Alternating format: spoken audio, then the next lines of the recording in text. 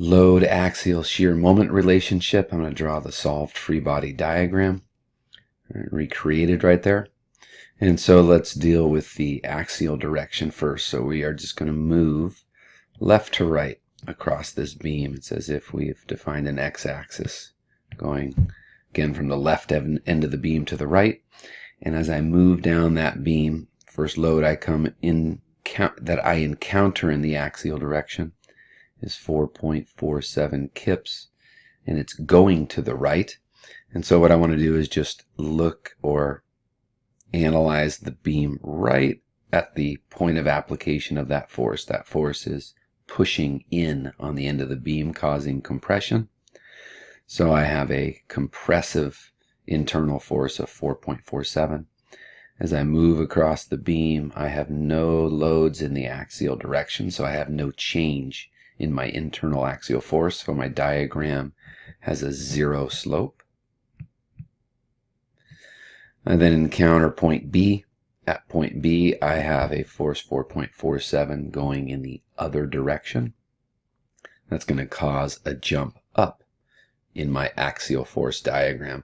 Again, think of moving past this load, moving left to right.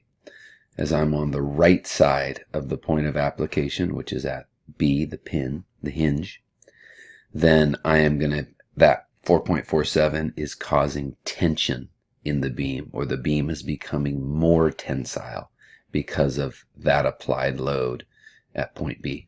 So that's going to cause a jump up, right, or towards tension.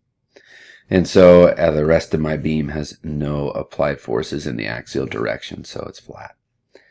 And I've also got now a shear diagram to work down. So now in the transverse direction, let's take a look at what we encounter. Right, as we're moving left to right along the beam, I first encounter a force 1.06 kips going down. Right, that's going to kick my shear diagram, which again uses a certain sign convention, left side of the V. That's going to kick that shear down. I then continue to move across the beam.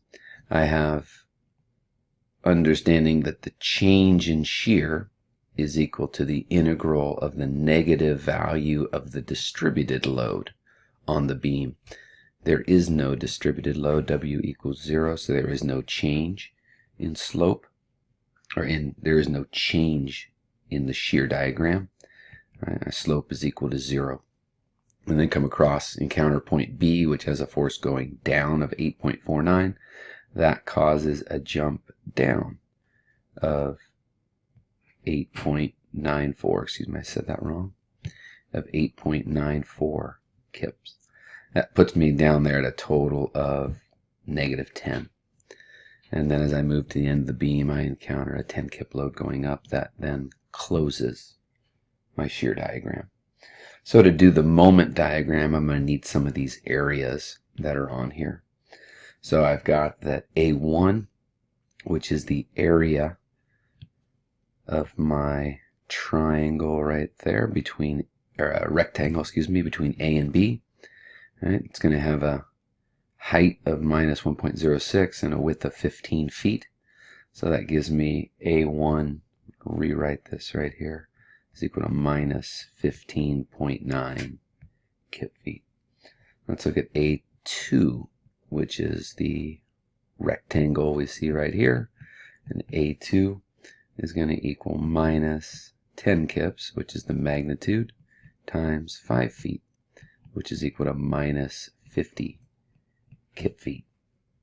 So I've got some areas. And the reason why I need those areas is because the change in the moment diagram is going to be the area underneath the shear diagram. So let's take a look at the moment diagram down here. We're going to build this thing piece by piece. And so what we've got is a moment at the left end of the beam. So let's go back and look at the beam up here. As we again move left to right, as we first get onto the beam, we have a moment of 15.9 kip feet that's sitting out there on the left end of the beam. So if I think of how that's going to deform the beam, that would cause the left end to move up. which would be smiling, which is positive in our sign convention. So I end up with a very quick jump of 15.9, a discontinuity in the moment diagram. And now if I'm interested in finding the moment out at point B, I'm going to use the fact that I know that the change in moment between 2 points is equal to the area underneath the shear diagram between those 2 points. So MB minus MA is going to equal A1. We found A1 just a moment ago to be minus 15.9. I know the moment at A, again, is right here. That's positive 15.9.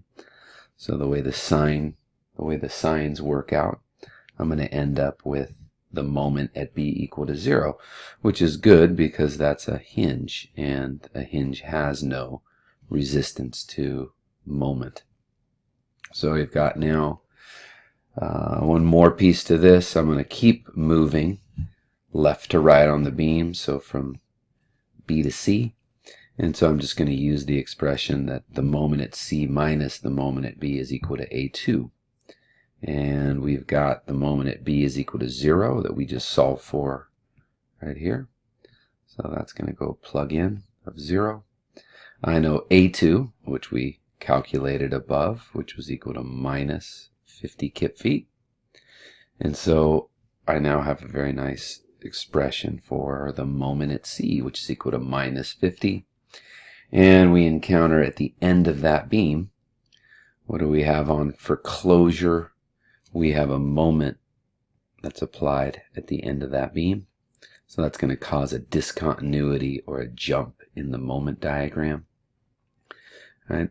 And as I move left to right, you can think of this thing as spinning, spinning, spinning. So as I move left to right, it's going to kick me up. And so that's what happens in my moment diagram right there. I get closure from minus 50 back to 0.